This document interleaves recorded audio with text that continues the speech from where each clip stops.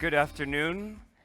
Thank you for that great panel, and I'm really excited to hit the next topic. We're going to be talking about redesigning public services, and so many of us actually experience so much direct interaction of digital innovation throughout the COVID epidemic. So that's certainly where we'll start off. But first, I want to bring up the guests on stage. We have Anthony Kim. He's a research fellow in economic freedom and the editor of the Index of Economic Freedom, the Heritage Foundation, and manager of global engagement at the Thatcher Center. That's a lot of titles. You must be one very busy man. Also, Balazs Porteas, he's the director, EIT Health InnoStars. Feel free to come on down. George Dubinsky, Deputy Minister for the Minister of Digital Transformation in Ukraine. And we have Helfried Karl, who is the founder and managing partner of the Innovation in Politics Institute. So you can coordinate if you want. Might make it a little bit easier. I mean, really, I'd like to start off with welcome to the stage. Thank you for joining us. We'll get Balazs here in a second, don't worry, we can start. So where I really want to start is, as I mentioned, COVID, because for so long I often felt that, well, governments lagged in digital innovation, and during the pandemic I felt that we saw a lot of innovation very quickly. I'm based in the UK, in spite of my American accent, and you saw the NHS COVID pass. I got my vaccine in Arizona, where I'm from, and I got my Arizona COVID pass, and then all of a sudden my driver's license on the back of that was available online. So Anthony, why don't we start with you? COVID, good for digital innovation and digital public services? I think COVID, the pandemic, or should I say, is still probably ongoing because it has certainly damaged our system to a certain degree. Kind of Damaged. abrupt pause here. So we lost, some month, 2 years max, and perhaps a bit more. But my bottom line is that it injected new thinking process. I mean, we got to think about something unthinkable. I don't think this is the end of this kind of pandemic. We may get into something else later on. If you look at this century, still young century, 21st century, we already have 3, 4 global crises. 2001, 9/11, that was certainly security crisis. After 10 years later, we had a global financial crisis. And then another 10 years later, we had this global pandemic. And now we are having this Russia's invasion of Ukraine. So COVID, your question was a bit about COVID, but my answer to you is that certainly injected greater necessity and momentum to think about real practical solutions, perhaps based on greater public-private partnership, or I like to say private-public partnership, because I want to put in front of public, because real solution, they come from private sector. Do you agree with that? That it's really that COVID? I mean, I guess my real question is, COVID, at the end of the day, do you think it was positive, that it really pushed us ahead? And if so, how much further ahead did it push us? How many years in such a short time span, Balazs? Absolutely. It was a major jump. It's a one-time opportunity that we can capitalize on, because I'm talking about mainly about the healthcare system. And people, if you want to digitalize the healthcare system, there's a huge resistance from the patients and from the doctors. But now everybody had to experience remote treatment and a totally new ways of handling patients or experiencing what is the healthcare system. And it broke this resistance for any change. Now we have to capitalize on it. And here we need top-down government support to incentivize the hospitals to change. We need to educate the change leaders, the change makers, and we have to have the startups, because, as you said, innovation and startups and private parties can push the innovation further. Helfried, I want to play off something that Balazs just mentioned. Governments incentivizing hospitals to change. How do you think that we can do that? It seemed like COVID was a good incentive. Well, let me first say, yes, maybe for digitalization it was good, but for the people, I think it was a very, very traumatizing experience, course. and many people died. So, I mean, there are some crises which you can celebrate as something positive. In this A case, silver lining I to a think very bad this situation. is has to be said. I have to say, let's not forget other crises which we face and which we face for 25 years, and our system has not, I think, found the right responses to this. The climate crisis. It was mentioned before, and but I have to tell you, I gave a speech a couple of weeks ago, and I had to look up when the Kyoto Protocol was signed. The Kyoto Protocol was signed 25 years ago. So for half of my life now, we are talking about this crisis, and we all know that neither the private sector nor the public sector has done enough about it. And I think this is something which gives me a lot to think. Why is this the case? You know, and I think a lot of it has to do with stifling innovation. Stifling innovation from two sides. I think we should not be naive about it. There is a resistance to innovation in the public sector always, but there are also interests that have kept us back from doing something about this, and I think we should talk about this Why? as well. Why do you think there's so much resistance to innovation in the public sector? Well, in my experience, and I have to say, in my former life, I was a diplomat, a professional diplomat. I'm not anymore, as you hear from what I'm saying. I'm not diplomatic. I experienced 5 different public administration: the Austrian Foreign Service, the British Foreign Service, the UN, an ad hoc an ad hoc international organization that was set up by the UN but was not part of the UN. And also, I was exposed to the ministries in my former posting in Bratislava when I was ambassador there.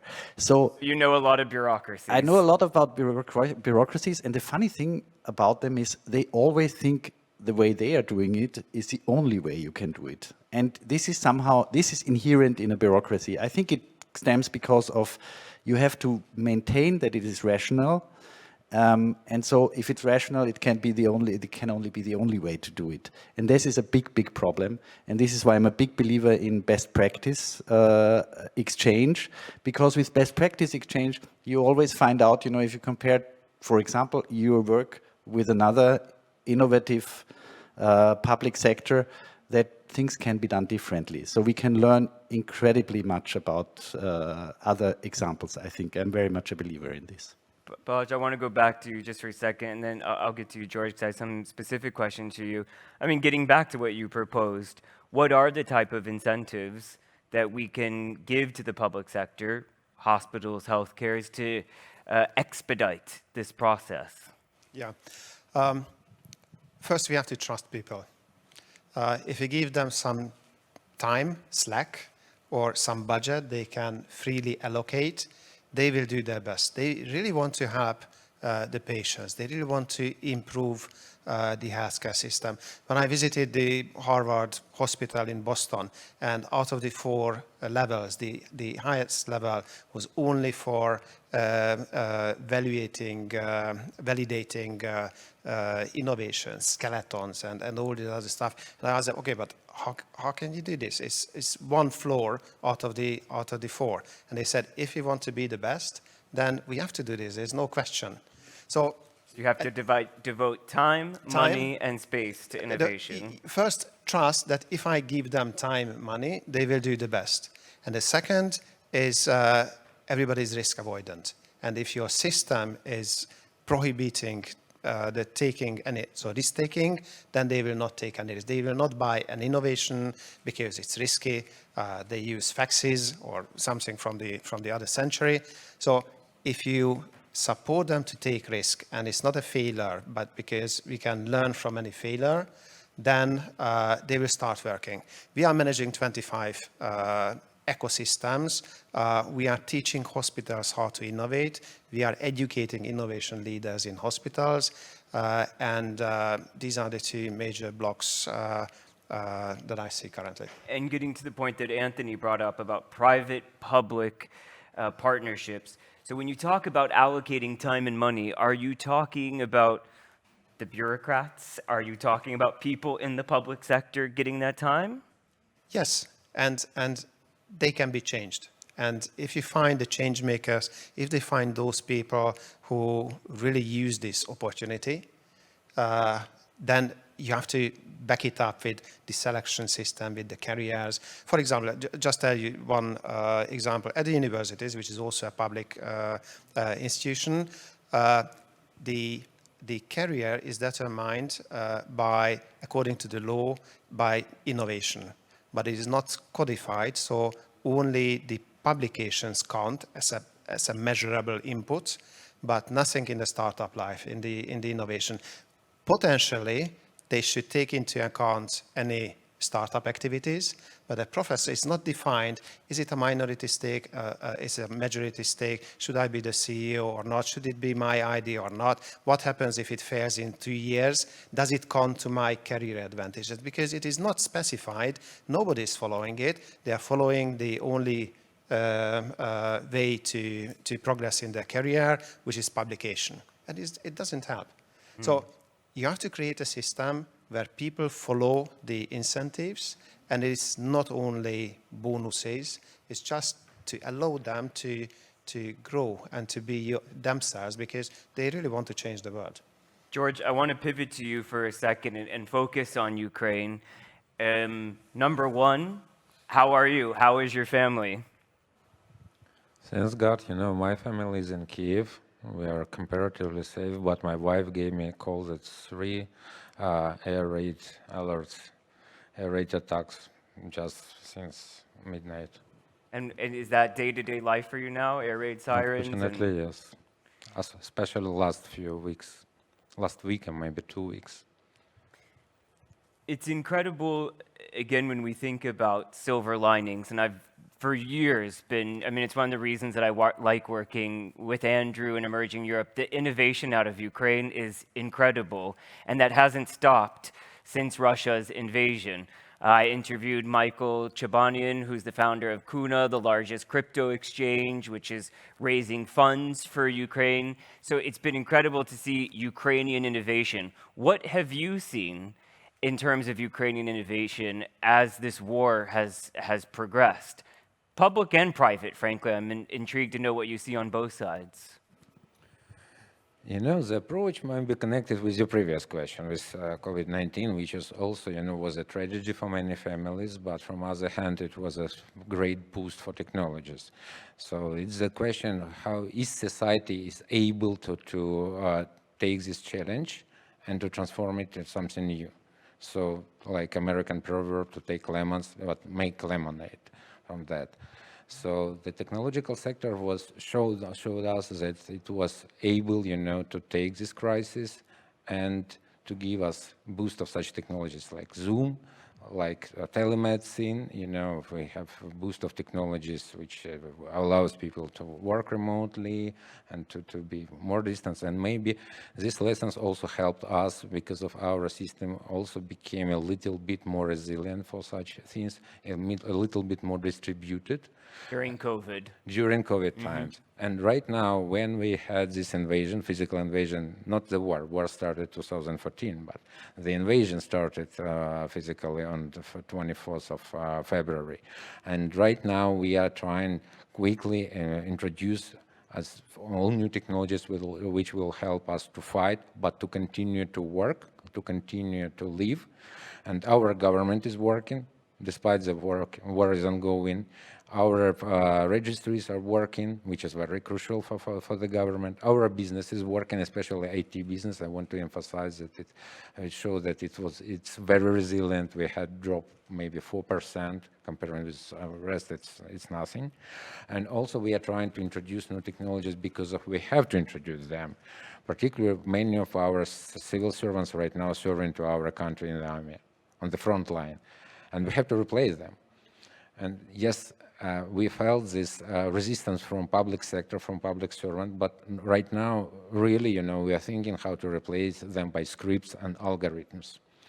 and to take this challenge and to build a system which is will be not zero trust architecture. It will be, you know, also zero corruption architecture. So to introduce widely e-health, e-education, because of our children, they cannot visit schools, unfortunately. E-business, so to support e-signature everywhere where we can do, and even e-governance, to introduce some procedures which will allow all procedures to be transparent and accountable, also for private sector, also for citizens, so they can see literally every dollar, hryvnia, euro going through the budget. And we are working on such technologies, and our infrastructure, our ministry particularly, you know, we are producing new application each week right now because of our people whose houses were destroyed. They are right now using the application in their smartphones. They can fix it, and they can apply, you know, for the compensation. Many of them, they, you know, have no sources for living, and they apply for some governmental support for them, 6,500 hryvnias. They even, you know, we have such applications. We have multiple of them, and but like e-work, it's e-enemy means they can report and they can see that the Russian, you know, troops or techniques. They can report immediately about that. And is that via an app? Is that Via blockchain? app. It's all It's also via app. app? And even, you know, to counter disinformation and to provide people with some reliable sources of information, we have in our DIA application, we have a special channel. They can see, hear radio and watch TV and read news. So that's already in place right now. Yes. Citizens have an app, so that if they see Yes, what they and believe is a Russian enemy combatant, Our business is working, and each week, as I told you, know, we are introducing new service in our D application. So they have multiple of them. well, our hearts break hearing even the loss of life, hearing the day-to-day trauma of your wife having to hear the air raid sirens. But when we think about the hope and what I see, I've been a journalist for more than a decade, and you see so much division. And for me, if we're looking for silver linings, which journalists constantly are, to see how the United States, how Europe has come together to stop what's happening, and to hear about this type of innovation and hope that there is more silver linings to come out of a terrible situation, it does give you some type of hope. I mean, COVID. We haven't actually. We feel the support from big business, from big tech. Particularly, I'm responsible for cooperation with big tech, and we are. We feel support. They are donating money. For example, Microsoft donated around $242 million. 242 million from Microsoft. Yeah, through different channels. Many of them, and we call it digital solidarity. We are building our future. We are building our future based not only on technologies, but also some values. And we are actually protecting these values right now. And they see that, and they share these values. We have the same values, and they just show this digital solidarity. They stop selling their products and supporting their products in Russia, deprive these medieval, tribes of new technologies. And they show this digital solidarity, and we are developing something together, some new products, some our future. And very important, I want to emphasize that we are building some common goods, which will be available, so we can share not only best practices and our work experience, but also some new products which are ready to give in B2G and G2G model. We are ready to donate to other countries. And it does not exclude that B2B will give them money. I mean, to the big corporations. And I'm curious, I'm now in a role, I spent a decade at CNN, and now I'm at a platform that reports on Bitcoin and crypto technology, blockchain. I'm curious to know what, if any, role blockchain is playing with these types of partnerships, with the types of implementation that you're talking about during COVID, during the war. Absolutely. We are thinking, I don't know how do you know that, but one of the concepts is to use the technology of smart contracts to make we are working on restoration of our country. We cannot think about only the war. We have to think about our future, about our children, our families, and where we will live. And we are working on the restoration, and we want to make all of these restoration contracts transparent and accountable, and to use for that blockchain technologies. And you can literally follow each dollar, each hryvnia, each euro, and this. So it will be like a basis of future technologies. Anthony, I'm curious to know how you see blockchain playing a role in this. I mean, it's a little bit of a precarious time to talk about blockchain technology when you see the huge fall in crypto markets, though in line with some of the huge falls you're seeing in the market. For someone like me, whether there's a bubble or not on top of this technology, I'm fascinated by the technology. So in the context of the conversation that we're having, how do you see blockchain technology being helpful for the types of public innovation that we're discussing? So I'm not like tech expert. I'm not really in the private sector. My perspective is coming from, let's say, kind of policy thinking process. I mean, I'm not smart, but that's where I spend most of my time. So blockchain, crypto, Bitcoin, to me, it's all different, but I think we need to focus on these emerging technology and emerging concept. But let me take a half step back, just half step back. I want to say basically two things. Number one, I know it's a cliche, but every crisis is an opportunity. So we really have to act on this seemingly unrelated bad crisis. But if you look at it again, it's really interconnected future opportunity. So this is time for us to act on and move forward. How do we do it? The theme of this session is innovation. Concerning innovation, I think we have to focus on what I call 3 I's. If you want to make real innovation really like a takeoff, we need to focus on 1, individuals, individuals, people. Number 2, ideas. And number 3, institutions. So without these 3 I's, individuals and ideas and good institutions, I don't think we can really make any meaningful innovation take off and apply to whatever problems we are facing, challenges we are confronted. We really have to work on these 3 I's and how to advance these 3 I's, because bottom line is really the solutions are coming from everybody here, not from one government bureaucrat somewhere in Washington or Brussels. I mean, the role of the government should be facilitating and making sure this innovation ecosystem transparent and resilient. So I just want to emphasize, the blockchain is one segment and one symbolic kind of a case and example, but to make that really meaningful in our daily lives and future innovation, we have to focus on individuals, talent, and people, and ideas, good ideas, of course, and institutions, transparent and accountable institutions. Can you just give me a kind of tangible examples of that? I mean, if you were president of wherever, whatever organization, company, corporation, or country, how do you suggest leaders implement that? So let's not go to country, because my last name, Kim, I can be easily seen as I'm just making silly jokes here. But let's say company, small startup. I rather focus on encouraging people to talk about ideas and the direction we're going to go together. So that's number 1. So by emphasizing ideas, I want to really kind of cultivate potential pool of my company's talent, human power, manpower, people's power. And then I want to focus on my organization's institutional capacity, meaning we want to be nimble, competitive, transparent, presentable, and accountable. So all these 3 I's can work together, kind of interdependent on each other, and that we can move forward all together as an organization. So that's what I'll do, and that's what I'll probably focus on.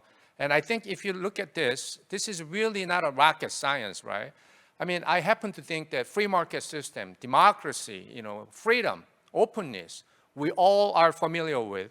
Those are the key ingredients of cultivating these 3 I's. Individuals, ideas, once again, institutions. I mean, look at China, Russia, and Venezuela. What they are lacking is really ideas and good individuals and good institutions. So what we need to do from this point on, I'm so glad you are here, my friend from Ukraine. it's really about, recreating Ukraine's chance, focusing on ideas, individuals, and great institutions. Helfried, I can see you Thank want to you. jump in there. Well, I just want to underline something that Balázs said, and the two of you also somehow personify. I think that it's about a culture of innovation, and whether it be in the private sector or in the public sector, you need to help the enablers, and there is a certain type of personality who takes risk, and that can also be in the public sector. It can be in everywhere, you know. And if you punish the risk takers in the public sector or in the private sector, then you end up first in a system which is not free, but also in a system which is not innovative. I'm absolutely certain about that. And I would also think that democracy is an extremely strong enabler, and it also is an important feedback mechanism. I think that's also very important. We have this Innovation in Politics Awards here, which we are doing every year. We are collecting 500 projects in all over Europe, in all levels of government and in all policy sectors. And what we do is we are not asking experts to evaluate them, but we have a jury of 1,000 European citizens who vote on them, which means that, yes, we give them some criteria that they need to be innovative, but they also need to be relevant. Because I think there is innovation which is not necessarily positive innovation. You know, as my father used to say, is it good? Is it new or is it better? You know, and that's the question, I think. And you know, we have Chinese innovation in some areas, but we don't want them. And I think this is what democracy is about. And this is why I'm also so convinced that we also need to think about how to make our democracy more resilient. And to make our democracy more resilient, we need to innovate, to be innovative. We need to find new ways to connect to the citizens. I think what you're doing and what is happening in Ukraine, people underestimate that this is a real force you have. It's not the military, I think. The military is very important. But why can you bring it to the force? You can bring it to the force because people are fighting for themselves. And this is what is the strength of our societies. And I believe we have to reconnect to this, also in thinking about how to innovate, how to use modern technology, and how to reconnect with the people. And Balázs, when we talk about to bring this home to emerging Europe, where do you see the region now?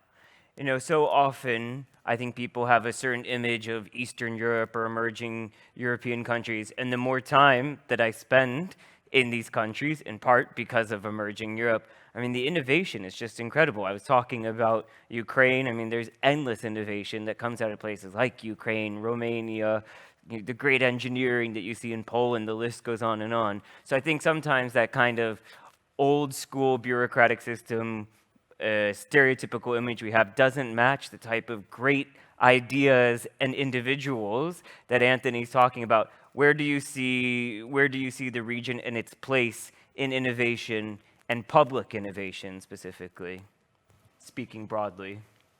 Yes. So what we see when we review these regions, that if it is an idea coming from a country, then the small countries have an advantage, because in a small country, the innovators immediately wants to go abroad and develop something on the international level, which is an advantage. Because the inflection point, so when a startup really starts to grow, is when they get brutal feedback, and not only from friends and family and trusted environment locally, but on the international scene, and when they become an international team. And smaller countries achieve it better. If it is an innovation that needs scale, for example, reorganizing the admission system of the hospitals or the municipalities, large countries have the advantage, because if it is a large system, like implementing, I don't know, an SAP everywhere, then you need the market size. The large companies, they are targeting the large countries first, and the smaller countries get a lower priority in rolling out new innovations. So it's coming from two sides. We really encourage the bottom-up innovation, for which we try to change the ecosystem. We teach. We have a program that is we take the change makers from one region to leading innovation hubs. We've in Israel, Technion, in Oxford, in Erlangen, where the Siemens headquarters is, and we have already trained 800 professionals who go back, see what is happening, what is the best practice, and we follow up with mentors, and they implement it and change the local system. So we are for the bottom-up, but there is an advantage for the larger countries as well. And maybe one more comment. It is always about local collaboration. So in the morning, we mentioned two cities, Porto and Dansk. They are excellent because the local actors want to collaborate. They want to do something for the city, and it does miracle. And I'm just curious, just to underline one part, when we talk about empowering the people, the group of people on that floor that you mentioned that are just doing innovation, like Anthony mentioned, the private sector. I mean, is there any type of recommendation you have for any institution? Is it 10% of employees? Is it 10% of time? Sometimes, having that big number in front of you is really what people need to meet that type of opportunity.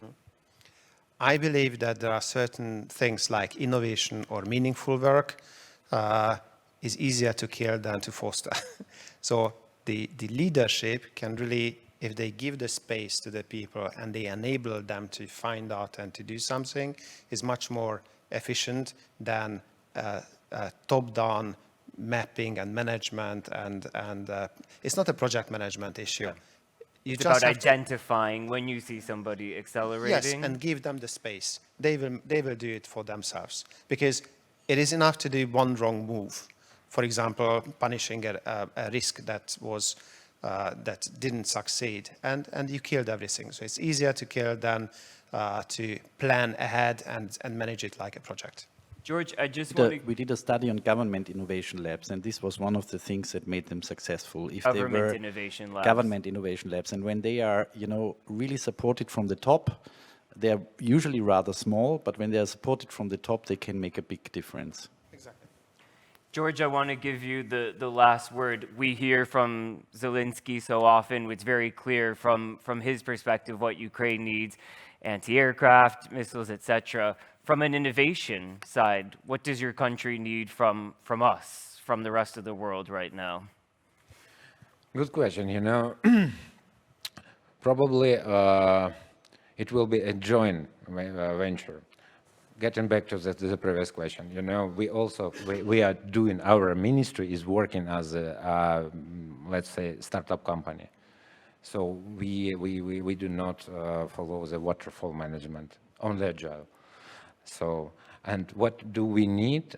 We will have Ukrainian Recovery Conference in Lugano on the 4th and 5th of July, and where we will probably, present our vision of the things we can do together. Already many companies helped us with the elements of this system, but we want to present a concept, the single concept where all other countries and big companies can join, work together, show digital solidarity, develop some product, and make public goods and earn money, which is also important for the business. Lugano, the 1st of July.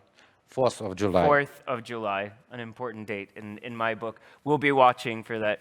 George, Helfried, Anthony, Balazs, thank you so much for your ideas and for your time. We really appreciate it. That was really insightful.